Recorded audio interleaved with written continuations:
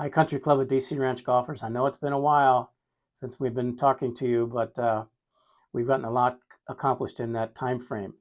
A couple things are happening down here. It's really, really getting to finally be golf weather. It's only about 100 degrees. You can fly around the golf course. And yes, the dog days are with us. And I hope you're in a place over in the San Diego, Colorado, yes, up in Canada where it's nice and balmy at about 68 degrees. But this is not bad for us this time of year. For those of you around for the weekend, we have a golf shop sale, a tennis sale, and a fitness sale going on starting at 7 a.m. And we've had a lot of people in here because we are able to extend some discounts to you that are less expensive than we can even buy things. So come in and take advantage of that. And that starts today and it'll continue on through the 7th.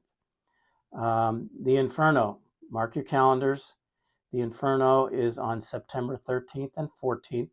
It's moved a little bit this year to see if we can really get more people an opportunity to play. The first round is a best ball at 12:30. The second round will be a hit, switch, and pick at 8:30 in the morning, and then you're gone. So the whole emphasis of this has always been break up the summer for the members and guests, as well as break up the monotony for the staff, and have you come in and understand that it's not that bad to play at that time of year. And so we hope you're coming in to have a good time with us. Agronomy. If you're going to take your family on a family vacation, as you might know, we are getting some serious agronomy work done from the 8th, which is a Monday, through the 22nd, and the clubhouse course and practice areas will be closed. We're doing a massive aerification starting with the greens, and we start with the greens first so that they've got these couple of weeks to heal so that when you're back playing on the 23rd, the greens will be probably as good as they can be. The fairways will be aerified during that time. The rough will be aerified, the tees, but it's a necessary evil that we have to get done prior to the start of the season.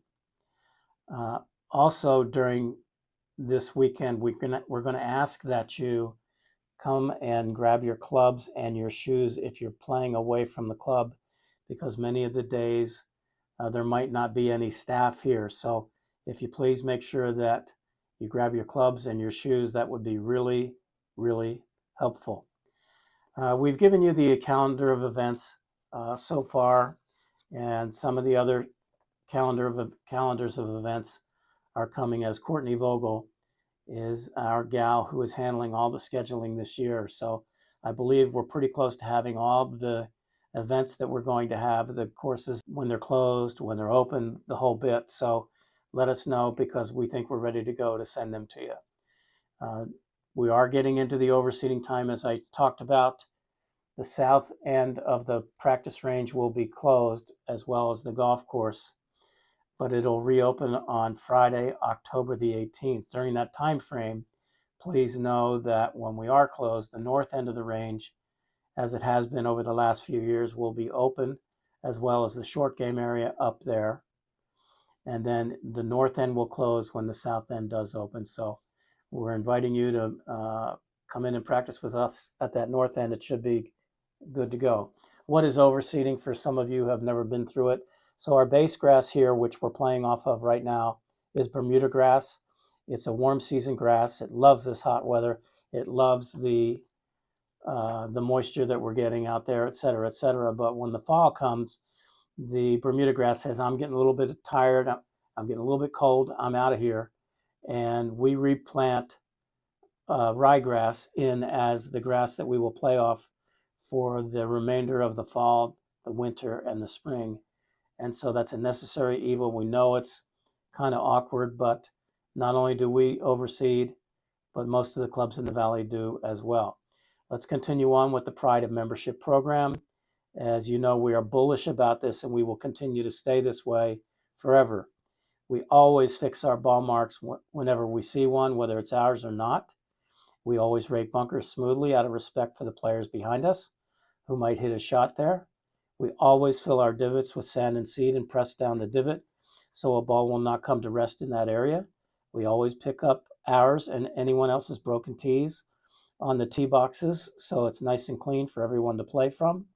We always play in 4 hours or less, no excuses. That makes it a better afternoon or morning, I should say, for anyone playing. And we always post our scores on the day that we have to play, which gives us the fairest, most accurate handicap that we can play to. In the next few weeks, you might notice that some of the holes will be rehandicapped and have new scorecards after thousands of scorecards collected by Mike Thorell, Dave Heinen, and our handicap committee. And the USGA and the AJ agree to create the most fair handicaps that we've ever had here. So that's some fun stuff.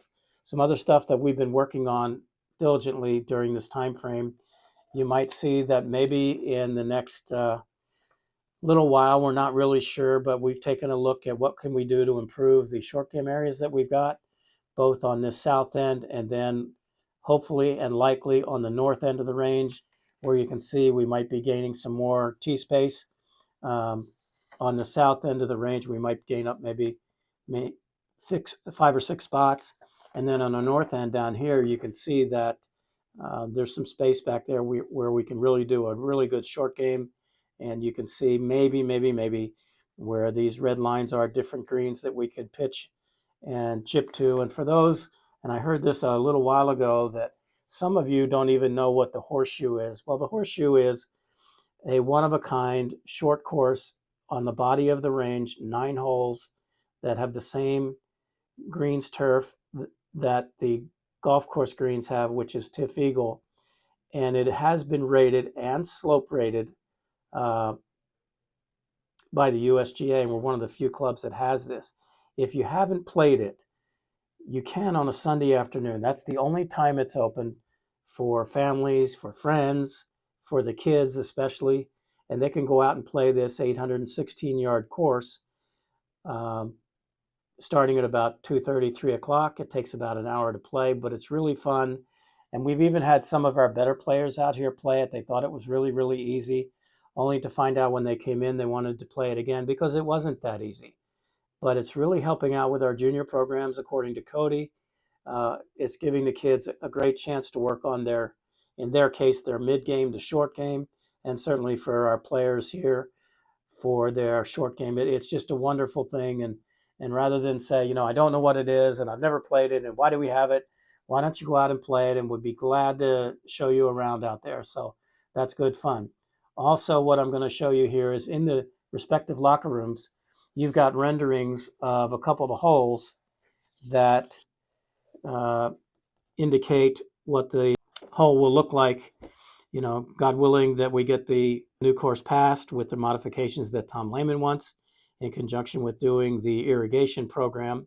So what we've done in advance is we've identified, and I'm going to give you one hole, and this is the first hole. So we've got a legend over here which talks about, and the USGA gave us these numbers.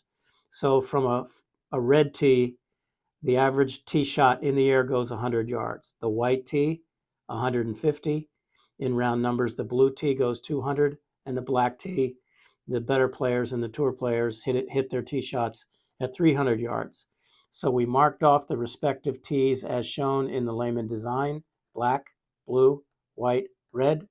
You can see that there is a respective line in the same color as the tees out into, in this case, the fairway area: white tee, white dot on the arcs, blue tee, blue line, blue arc up here, and then lastly the black tee coming all the way up here. So if you are a white tee player and you play from 100, you hit your tee shot 150 yards, it should end up past this bunker. And this was all done in conjunction with Chris Brands from the Lehman Design Group. And we're going to, we'll probably end up changing the renderings that you've got out there with more of this type rendering so you can see exactly where you can hit your ball. So this is a little bit better.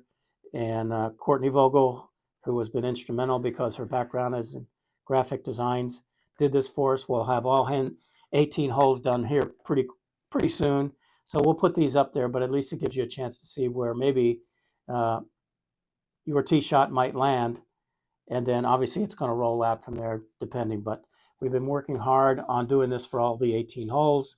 We've been working hard with the Lehman Group to make this the best layout that we can. We're designing new scorecards. I should tell you that the black tee in the future from where we are right now, it'll go from 7128 to 60, excuse me, it'll go from 6888 to 7128. That certainly is a nice little increase. It gets us over that almighty 7,000 yards golf course, which they say a championship golf course needs to have from the back tees. And we do that in a couple spots by lengthening the ninth hole, the 10th hole, the 11th hole a little bit. But by and large, it's not too long, but it is at over 100 yards. And the ninth hole, you should know, very possibly could turn into a par 5 from the par 4. And the green complex will be adjacent to where the patios are on the southeast side of the clubhouse, so that maybe someday you can overlook a little bit from afar what's happening on the ninth green. And then the 10th hole might change a little bit to a dogleg left, and so on and so forth. And we're very pleased with what we're seeing here from the Lehman Group, but this is what's been taking a lot of our time. Again, I'm going to ask you to do this if you've got any questions, comments, or concerns. If you don't understand something, if you please send me an email, a text, or give me a shout here in the office. I'll be glad to give you the best information that I can. But again, the rumor mill will kill a club, and we don't want that to happen here. We think that we're on the upswing now with some of the changes that have been made. And so I really, really, really want to hear from you. So have a great rest of the summer and enjoy the cool weather where you are. We'll enjoy the hot weather where we are, but we're still going to play golf, and we'll see you next time. Thanks.